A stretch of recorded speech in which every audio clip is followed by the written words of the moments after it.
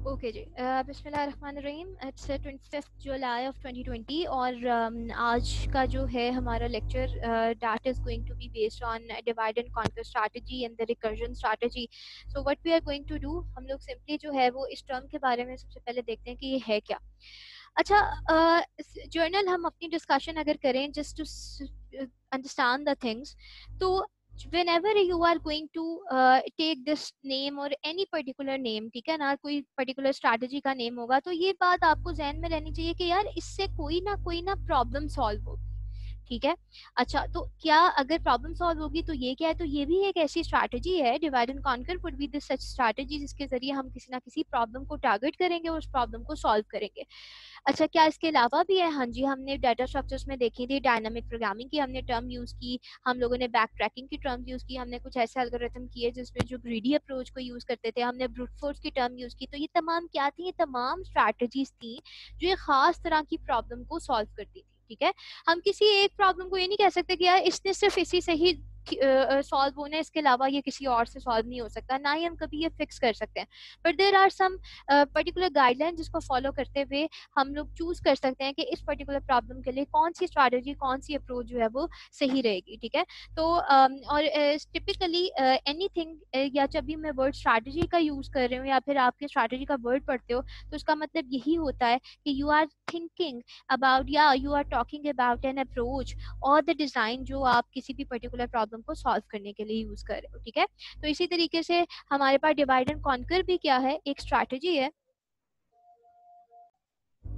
Okay.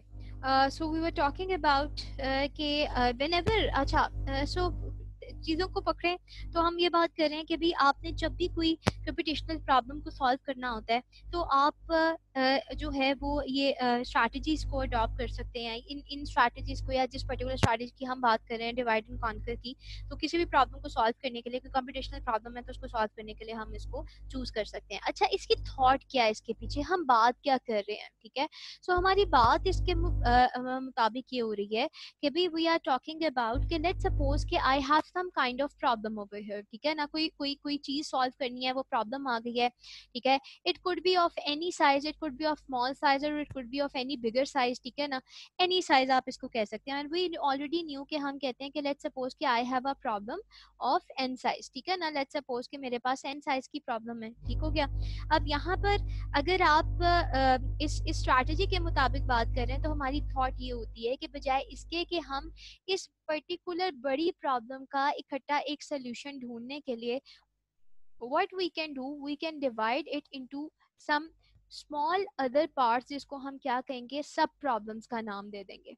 ठीक है ना, कि एक पर्टिकुलर बड़ा टास्क आ गया, उसको क्या करो, छोटे छोटे टास्क में तुम क्या कर दो, डिवाइड कर दो। ठीक है। वो क्या हो जाएंगी, हम ये कह सकते हैं कि एक बड़ी प्रॉब्लम को छोटी छोटी मजीद सब प्रॉब्लम्स में आपने क्या कर दिया, डिवाइड कर दिया। और बजाय इसके कि एक पूरे को टारगेट करने के बजाय आप इनका सोल्यूशन देखो, क्योंकि अब ये प्रॉब्लम छोटी हो गई है, इसका सोल्यूशन निकालना ज्यादा आसान होगा। अब ये इस प्रॉब्लम का एक सोल्यूशन होगा, इस प्रॉब्लम का सोल्यूशन देखें, इस प्रॉब्लम का सोल्यूशन देखें, इस प्रॉब्लम का सोल्यूशन देखें, और बाद में जब आप इन सारी प्रॉब्लम, सब प्रॉब्लम का सोल्यूशन निकाल लेंगे, तो what you can do, you can merge them as a bigger solution. वो पर्टिकुलर सोल्यूशन किसका टारगेट होगा, इस पर्टिकुलर प्रॉब्लम का। ठीक है। तो प्रॉब्लम्स को हम क्या करते हैं, सब प्रॉब्लम्स में डिवाइड कर देते हैं। अब ये प्रॉब्लम्स जो हैं सोल्यूशन ऑब्टेन करने के लिए आपको यूज होंगे। Like I what I have done that, let's suppose this is my problem, I have divided into the सब सब problems. Like I can say problem 1, problem 2, problem 3, problem 4। ये बेसिकली इसी बड़ी प्रॉब्लम का पार्ट है, sub problems I can call them. ठीक है। और then we I am going to find out the solution of this problem. ठीक है। And then I have to find the solution of this problem, find the solution of this problem, ठीक है, find the solution of this problem. Okay, so what I'm actually saying कि ये सब solutions जो है वो individually S1 is going to solve this P1, S2 is going to solve this P2, individually ये solve कर रहे होंगे। ठीक है। once आपके तमाम solutions जो है वो पूरे हो जाते हैं, यानी कि तमाम problems के solution निकल आते हैं, तो what you are going to do, you are going to combine the solutions into the bigger solution, let's say S, और ये particular solution जो है वो basically solution होगा आपका main problem का। ठीक है। तो जब तक व्हाट वी आर से कि बिगर प्रॉब्लम में कितने हिस्सों में डिवाइड करें, भाई जब तक आप डिवाइड कर सकते हैं आप कर दें। ठीक है। अच्छा, सब प्रॉब्लम्स जो हैं इनकी, ये जो P1 P2 P3 है, ये एक इसमें बहुत इंतहाई इंपॉर्टेंट पॉइंट है कि ये ऐसा नहीं होना चाहिए कि आप कहें कि okay if this problem is going to be solved by this strategy, so I'm going to solve it in this way, and this particular problem is going to solve it in this strategy, so I'm going to do in this way. No, when you are dividing the problems, then ultimately you have to decide a single pattern, single approach, और उसी approach के through आपने क्या करना है, तमाम अपनी problems को solve करना है, ठीक है। Like if you are going to you know, कोई भी आपके घर में कोई टास्क आ गया, कोई फंक्शन आ गया है, ठीक है ना, तो अब कोई फंक्शन आ गया तो जाहिर सी बात है, एक बड़ा अगर काम होता है तो आप उसको डिफरेंट डिफरेंट उसमें देखते हो, ठीक है, और आप डिवाइड करते हो, अच्छा तुम ये कर लेना, अच्छा तुम ये कर लेना, अच्छा तुम ये कर लेना, ठीक है। तो क्या वो तमाम काम जो है वो बड़े आसान एक ही तरीके से होते हैं, ठीक है, नहीं। For example cooking point of view से आप डिफरेंट तरीके से सोचोगे, ठीक है ना, गेस्ट के अरेंजमेंट के मामले में आप डिफरेंट तरीके से सोचोगे, इन्विटेशंस के मामले में आप डिफरेंट तरीके से सोचोगे, तो यहाँ पर आपकी स्ट्रैटेजी डिफरेंट है। तो आपने प्रॉब्लम को सब प्रॉब्लम पे डिवाइड जरूर किया, लेकिन ये डिवाइड एंड कॉन्कर स्ट्रैटेजी उस हवाले से नहीं आएगी, क्यों, क्योंकि हर पर्टिकुलर सब प्रॉब्लम में डिफरेंट स्ट्रैटेजी सॉल्व हो रही है। बट वी आर सेइंग कि हम डिवाइड कर रहे हैं, but every problem must be solved by the single and the similar strategy.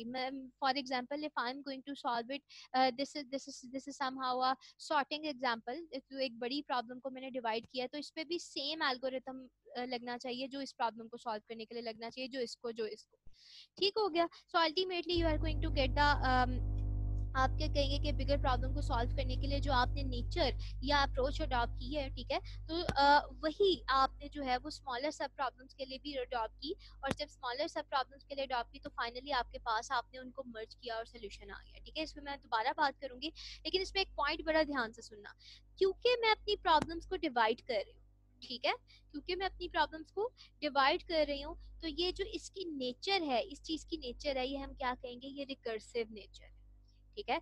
आप कोई भी चीज जब आप डिवाइड एंड कॉन्कर की स्ट्रैटेजी को अडॉप्ट करते हुए सॉल्व करते हैं, तो आप बेसिकली कहते हैं कि you have solved the problem recursively, ठीक है। तो ये मेरा ख्याल है कि इससे ज्यादा आसान वे में आपको चीजें बताया नहीं जा सकता। इट इज सो सिंपल कि if a problem is too big, just divide it, ठीक है। और जब आप अपने ब्रोकन डाउन प्रॉब्लम्स को सब प्रॉब्लम्स में डिवाइड कर लेते हैं, तो आपके पास एक कोई सिंगल मेथड होना चाहिए जिसके थ्रू जो है वो आप क्या कर सकें, अपना कोई एक सिंगल सोल्यूशन निकाल सकें, ठीक है। And when you have done with your solution, so what you can do, okay, with the strategy we have adopted is the divide and conquer strategy, and divide and conquer strategy is itself a recursive strategy। और इसमें जिसमें सबसे पहले we should know कि when कि आपको जो है जो solution है, आपके पास कोई एक ऐसा method भी होना चाहिए कि at the end आप अपने सब solution को भी एक bigger solution, यानी कि एक method से आप उसको एक single solution में वापस merge कर रहे हो, ओके। सो ऊपर हम लोग क्या देख रहे थे कि हमने बात की कि डिवाइडिंग और क्या रिकर्सिव है, तो इसमें इस पर्टिकुलर रिकर्सिव के टॉपिक में जाने से पहले what we actually need to know, हमें पहले ये पता होना चाहिए कि how to write the recursive particular function and how to analyse them, ठीक है ना। और उसके लिए हमें रिकर्सिव रिलेशंस जो है वो हम यूज करते हैं, ठीक है। लेकिन डेफिनेटली जो हमने स्ट्रैटेजी देखी है, तो उसके लिए हमने यहाँ पर टिपिकली एक अपना एल्गोरिथम अभी अभी लिखा है, ठीक है। और इस एल्गोरिथम में हमने यही देखा जो हमने ऊपर बात की है कि if we are adopting the strategy of divide and conquer, so let's suppose I have a bigger problem I'm going to call it as a P, and this particular thing कि हम बात कर रहे हैं कि अगर प्रॉब्लम जो है वो too small है and there is no need to divide it, वो डिवीजन के बगैर भी बड़े अच्छे से सॉल्व हो सकती है, तो what I'm going to do, I'm saying कि भाई आप उसको डिवाइड करने की कोई ज़रूरत नहीं है, okay wait, okay over here आपको डिवाइड करने की जो है वो कोई ज़रूरत नहीं है, you can solve this particular problem. And at this stage what we are saying कि अगर प्रॉब्लम वाकई बड़ी है और डिवाइड एंड कॉन्कर स्ट्रैटेजी से वो सॉल्व हो सकती है, we are going to divide that particular problem into sub problems and उस पर्टिकुलरली हर एक प्रॉब्लम को विद द सेम मेथड के साथ आप उसको सेपरेट सॉल्व करेंगे, एंड एट द एंड आपके पास जितने सोल्यूशन आए हैं आप उनको कंबाइन करके एक बिगर सोल्यूशन जो है वो अपना निकालेंगे। That particular solution is basically the solution of that bigger problem, ठीक है। तो हमने ये क्या किया, यहाँ पर देखो सबसे इम्पोर्टेंट चीज, ये शायद टेक्स्ट बॉक्स के अंदर जो है वो मार्कर ना जाए, लेकिन I am going to say this particular thing कि यहाँ पर देखो what we are going to say कि ये क्या फंक्शन है जिसका नेम हमने क्या रखा है, डिवाइड एंड कॉन्कर रखा है, ठीक है।